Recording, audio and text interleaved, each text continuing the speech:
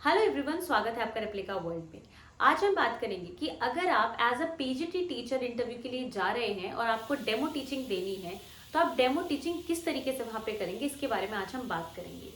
जैसे कि हम सब लोग जानते हैं कि इस टाइम केवीएस के इंटरव्यू का माहौल चल रहा है, तो ऐसे में आपको बहुत सारी वीडियोस यूट्यूब पर देखने को मिलेंगी जहाँ पे डेमो टीचिंग किस तरीके से करें इसके बारे में बताया गया है। बट ज्यादातर वीडियोस आपको प्राइमरी टीचर के लिए ही मिलेंगी, पीजीटी के लिए आपको बहुत कम वीडियोस मिलेंगी।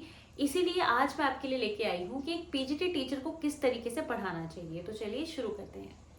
जैसे कि आपने बहुत सारी वीडियोस अभी तक देख भी ली होगी कि प्राइमरी टीचर को कैसे पढ़ाना चाहिए। तो प्राइमरी टीचिंग में क्या होता है, जब आप छोटे बच्चों को पढ़ाते हैं तब आप कोई भी टॉपिक डायरेक्टली इंट्रोड्यूस नहीं करते हैं। या तो आप कोई एक्टिविटी कराते हैं बच्चों को पहले, या कोई स्टोरी सुनाते हैं और फिर धीरे धीरे उस टॉपिक पर लेके जाते हैं, फिर टॉपिक इंट्रोड्यूस करते हैं। इस तरीके से होता है। बट यहाँ पर क्योंकि हम बड़े बच्चों को पढ़ा रहे हैं, आप 11th और 12th के बच्चों को पढ़ा रहे हैं, तो यहाँ पे आप कोई स्टोरी उनको नहीं सुना सकते, है ना। वो इतने छोटे बच्चे नहीं कि उनको कोई कहानी सुनाई जाए। तो क्या हमें अपने टॉपिक को डायरेक्टली इंट्रोड्यूस कर देना चाहिए कि जाते ही वहाँ पे जैसे हमें डेमो के लिए बोला जाए तो डायरेक्टली जाके हम अपना टॉपिक लिख दें वहाँ पे और पढ़ाना शुरू करें? क्या हमें ऐसा करना है या फिर हमें क्या करना है? तो इसके बारे में बात करते हैं। तो देखिए, भले ही आप पीजीटी टीचर हैं पर डायरेक्टली तो कभी भी अपने टॉपिक को इंट्रोड्यूस नहीं करना है। बच्चे की जो पहले नॉलेज है, जो उसका पूर्व ज्ञान है, जो प्रायर नॉलेज है, उसको पहले चेक करना है, उसको पकड़कर फिर लेकर आना है प्रेजेंट टॉपिक पर। इस तरीके से करना है, ठीक है। जब आप पढ़ाएंगे तो आपको इस बात का भी ध्यान रखना है कि बच्चे को आप जब पढ़ा रहे हैं तो उसको ऐसा नहीं लगना चाहिए कि जो टॉपिक पढ़ाया जा रहा है सिर्फ बुक में ही एग्जिस्ट करता है, इसका नॉर्मल लाइफ से कुछ लेना देना नहीं है। तो आपको क्या करना है, जो नॉर्मल लाइफ है उसकी एग्जाम्पल्स को भी लेके आना है। चाहे कोई भी आपका सब्जेक्ट हो, हर सब्जेक्ट में ऐसा किया जा सकता है ना। तो चाहे आपका लैंग्वेज सब्जेक्ट हो, चाहे आपका साइंस हो, चाहे सोशल साइंस हो, कुछ भी आपका सब्जेक्ट हो, किया जा सकता है ये वाला काम, ठीक है। तो जैसे कि फॉर एग्जाम्पल आप पीजीटी केमिस्ट्री के लिए जा रहे हैं, तो केमिस्ट्री में आपने सोचा कि मैं कोऑर्डिनेशन कंपाउंड्स टॉपिक पढ़ाऊंगा या पढ़ाऊंगी। तो आपको ऐसा बिल्कुल भी नहीं करना कि जाते ही आप अपना टॉपिक लिख के कोऑर्डिनेशन कंपाउंड और पढ़ाना शुरू कर दें, ऐसा आपको नहीं करना है। सबसे पहले आप वहां पे जाएंगे, ठीक है। आप इस तरीके से बोलेंगे कि जैसे बच्चे ने आपको गुड मॉर्निंग किया तो आप बोलेंगे गुड मॉर्निंग बच्चों, बैठ जाओ, ठीक है। अब आपको कोऑर्डिनेशन कंपाउंड पढ़ाना है, तो वहां पे आप नई तरीके की बॉन्डिंग पढ़ा रहे हैं, कोऑर्डिनेशन बॉन्ड पढ़ा रहे हैं। तो सबसे पहले आपको बच्चों को पुराना क्या पता है उसके बारे में बात करनी है। तो आप बच्चों से कहेंगे कि बच्चों अच्छा एक बात बताओ, आप लोगों ने आयनिक बॉन्ड और कोवेलेंट बॉन्ड के बारे में तो पढ़ा होगा।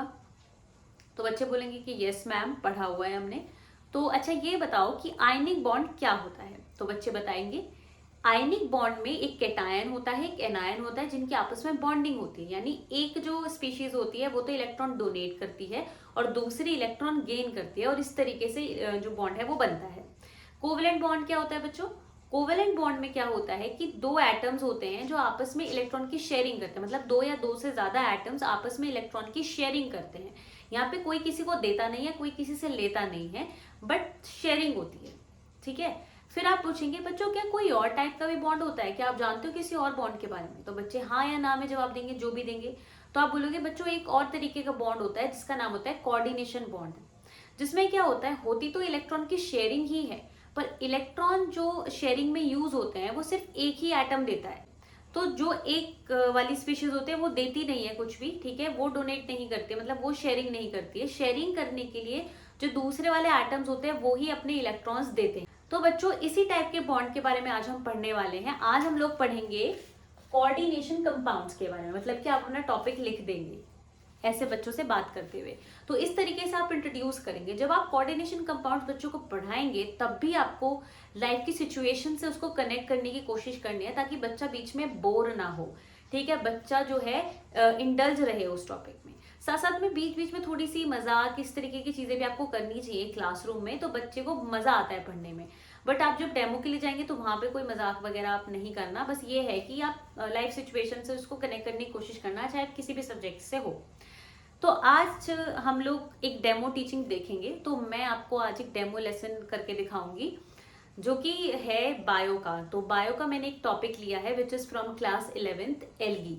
तो आज मैं आपको दिखाऊंगी किस तरीके से हमें डेमो टीचिंग करनी है, ठीक है। गुड मॉर्निंग बच्चों, सिट डाउन। बच्चों मैं अभी कॉरिडोर से आ रही थी, तब मैंने देखा कि हमारे स्कूल की एक वॉल है जहाँ पे ना ऐसे ग्रीन हो गया है, जो वॉल है वो ग्रीन हो गई है। तो ऐसा क्यों हो गया? आप लोग जानते हो कि ऐसा क्यों हो गया है? क्या है वहां पे वो जो ग्रीन ग्रीन है?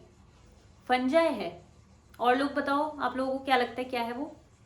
एल्गी है। हाँ, एल्गी है वो। अच्छा, ये हमारे स्कूल में ही आपने ये चीज देखी है, कहीं और भी देखी है? अच्छा, हाँ, स्वप्निल बताओ। हाँ, आपके घर पे भी ऐसा हो रखा है, छत पर। हाँ, छत पर भी आपको एल्गी दिखी होगी। अच्छा, एल्गी ग्रीन ही कलर की होती है या और भी कोई कलर होता है? ब्राउन भी आपने देखी है? अच्छा, तो और भी कोई कलर्स देखे आप लोगों ने कि एल्गी और भी कलर्स की होती है? नहीं देखे। अच्छा, तो एल्गी आपको कहाँ मिलती है ज्यादातर देखने को? जहाँ पे पानी होता है। हाँ, जहाँ पे पानी होता है वहां पे एल्गी देखने को मिलती है। अच्छा, एक बात बताओ कि एल्गी प्लांट है या एनिमल है? पता है आप लोगों को कि प्लांट होती है एल्गी या एनिमल होती है? एनिमल तो नहीं हो सकती, हाँ, क्योंकि चलती नहीं है। तो प्लांट्स हो सकते हैं ना, मतलब प्लांट में आ सकती है एल्गी। अच्छा, आपको पता है कि एल्गी कौन कौन से कलर्स की होती है? नहीं पता, दो ही देखे हैं बस आपने, है ना।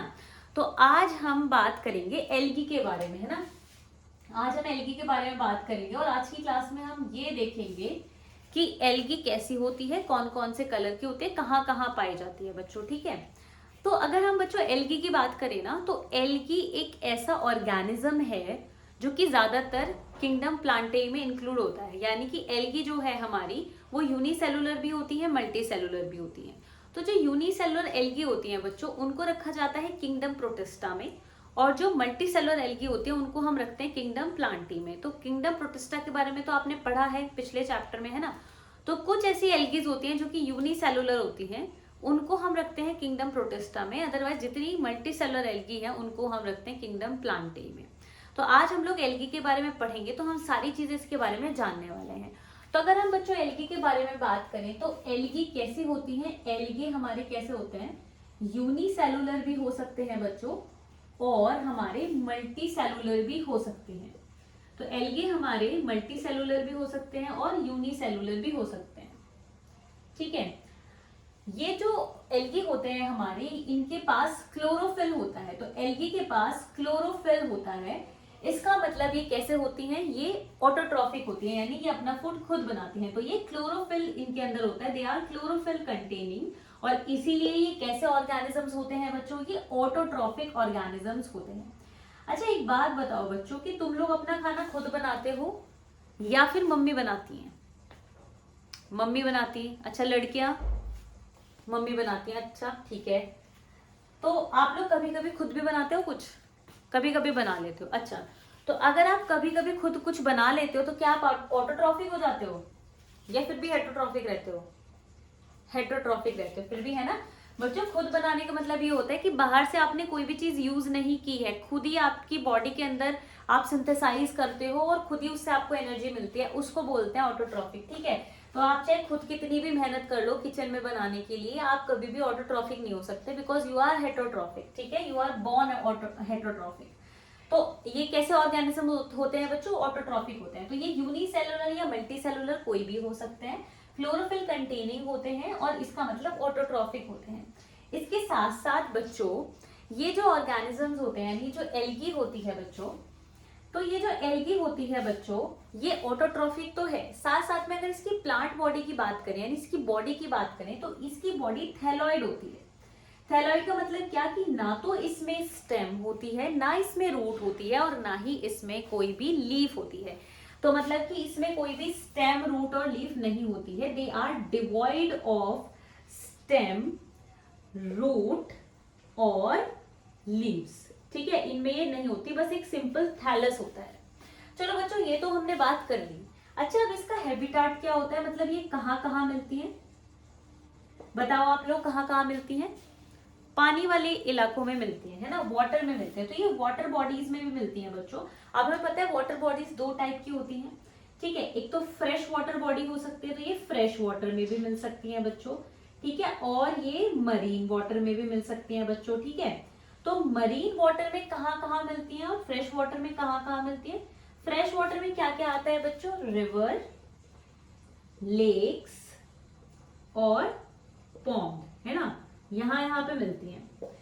मरीन वाटर की बात करें तो वही सी, ठीक है, सी में मिलती हैं, ओशंस, ठीक है। ये वाली बात आ गई। एक और वाटर होता है बच्चों जिसका नाम होता है ब्रैकिश वाटर, ठीक है। ब्रैकिश वाटर में भी ये मिल जाती हैं। ब्रैकिश वाटर क्या होता है बच्चों?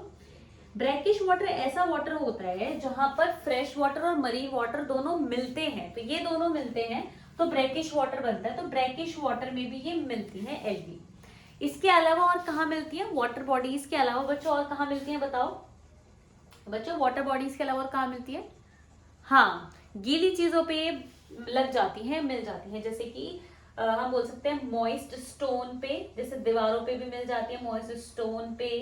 इसके अलावा बच्चों ये कहाँ मिल सकती है? मॉइस्ट वुडन लॉग पे मिल सकती है। मॉइस्ट वुडन लॉग पे भी आपको मिल सकती है ना। तो इस तरीके की हैबिटाट्स इसके मिलते हैं। अच्छा ये बताओ कि यही हैबिटाट्स है या और भी हैबिटाट्स हो सकते हैं, मतलब और भी कहीं मिल सकती हैं ये? नहीं पता। देखो बच्चों, आपको जान के ये हैरानी होगी कि ये ऐसी ऐसी जगह पे भी मिलती हैं जहाँ पे हम लोग भी नहीं जा सकते। पता है कहाँ मिलती हैं ये? कुछ एल्गी ऐसी होती हैं जो कि बर्फ में मिलती हैं, आइस पे भी मिलती हैं, है ना। तो ऐसी भी एल्गी होते हैं। क्लेमाइडोमोनास की एक स्पीशीज है जो कि बर्फ पे मिलती है। तो जो एल्गी बर्फ पे मिलती है ना, उनका एक स्पेशल नाम होता है जिनको बोला जाता है क्रायोफाइट्स। बच्चों क्या बोला जाता है? क्रायोफाइट्स उनको बोला जाता है। अच्छा बच्चों, बर्फ पे तो मिलते हैं, आपको पता है कुछ एल्गी इनकी अपोजिट होती है क्रायोफाइट्स की। कुछ एल्गी ऐसी होती है जो बहुत ही गर्म इलाकों में मिलती हैं, उनको बोला जाता है थर्मोफाइट्स। क्या बोला जाता है बच्चों?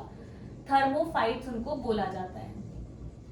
इसके अलावा बच्चों कुछ ऐसी भी एल्गी होती हैं जो कि दूसरे प्लांट्स पे ग्रो करती हैं, ठीक है, सिर्फ जस्ट ग्रो करती है सपोर्ट के लिए, तो दूसरे प्लांट्स पे मिलती हैं। ऐसी एल्गी को बच्चों बोलते हैं एपीफाइट्स, ठीक है, एपीफाइट्स। अच्छा बच्चों, जैसे आपने कुछ ऐसे पेड़ पौधे देखे होंगे, ऐसे कुछ बेल या पेड़ देखे होंगे जो कि दूसरे पेड़ों के ऊपर मतलब कि उगते हैं या उनका सहारा लेते हैं, उनको बच्चों क्या बोलते हैं? एपीफाइट्स बोलते हैं, ठीक है। हालांकि वो उनको नुकसान नहीं पहुंचाते, बस उनका सहारा लेते हैं, ठीक है, वो एपीफाइट्स होते हैं। तो एल्गी एपीफाइट्स भी होती है। अब कुछ एल्गी ऐसी भी होती हैं जो कि पैरासाइट होते हैं, यानी कि परजीवी होती हैं, जो कि दूसरे के ऊपर ग्रो करके उन्हीं से न्यूट्रिशन लेती हैं और उनको हार्म करती हैं। तो पैरासाइट्स भी होती हैं बच्चों, कुछ एल्गी पैरासाइट्स भी होती हैं। इसके अलावा बच्चों कुछ एल्गी ऐसी भी होती हैं जो कि सिम्बायोटिक एसोसिएशन में रहती हैं दूसरे ऑर्गेनिजम्स के साथ में। जैसे कि एल्गी जो है फंजाई के साथ सिम्बायोटिक एसोसिएशन में रहती हैं, और इस एसोसिएशन को हम लाइकेन बोलते हैं। बच्चों क्या बोलते हैं? ऐसे एसोसिएशन को लाइकेन बोलते हैं। लाइकेन क्या होता है बच्चों? लाइकेन होता है जब एल्गी और फंजाई एक साथ रहते हैं, दोनों एक साथ रहते हैं। एल्गी खाना बनाने का काम करती है और फंजाई न्यूट्रिएंट्स और मिनरल्स को एब्जॉर्ब करने का और शेल्टर प्रोवाइड करने का काम करता है, ठीक है। तो लाइकेन में क्या होता है? एक एल्गी होती है, एक फंजाई होती है। एल्गी क्या करती है? फूड बनाने का काम करती है, और फंजाई क्या करता है? न्यूट्रिएंट्स और वाटर को एब्जॉर्ब करता है, यानी सॉइल से एब्जॉर्ब करता है और शेल्टर प्रोवाइड करता है। तो लाइकेन होता है। तो लाइकेन भी क्या है? एल्गी का हैबिटाट ही तो है। तो इस तरीके से एल्गी के ये हमारे हैबिटाट्स होते हैं। तो इस तरीके से आप अपने टॉपिक को आगे कैरी ऑन कर सकते हैं। देखो, अब मैंने पूरा टॉपिक नहीं पढ़ाया क्योंकि उस चीज का कोई लॉजिक नहीं है। वहां पे भी वो मुझे नहीं लगता कि आपसे पूरा टॉपिक सुनेंगे, ठीक है। वो बस ये देखना चाहेंगे कि आपने अपने टॉपिक को कैसे इंट्रोड्यूस किया, आपकी कितनी कमांड है अपने सब्जेक्ट पे, आपके अंदर कितना कॉन्फिडेंस है, आप ब्लैक बोर्ड को कितने अच्छी तरीके से यूज कर रहे हैं, आपकी राइटिंग अच्छी है या नहीं है, सब चीजों को वो देखेंगे, है ना। ऐसा तो नहीं है कि आप पूरा बैक करके कर रहे हैं, बैक करके मत करना, ठीक है। ऐसे करके आपको लिखना है और बच्चों से कॉन्टैक्ट भी बना के रखना है। तो इस तरीके से आपको अपने टॉपिक को इंट्रोड्यूस करना है, ठीक है। चाहे आप किसी भी सब्जेक्ट के लिए जा रहे हो, इसी तरीके से आपको करना है, ठीक है। तो आज के लिए सिर्फ इतना ही। तो अगर आपको ये वीडियो हेल्पफुल लगी हो तो लाइक जरूर करें, शेयर करें और एप्लीकेबल को सब्सक्राइब करें।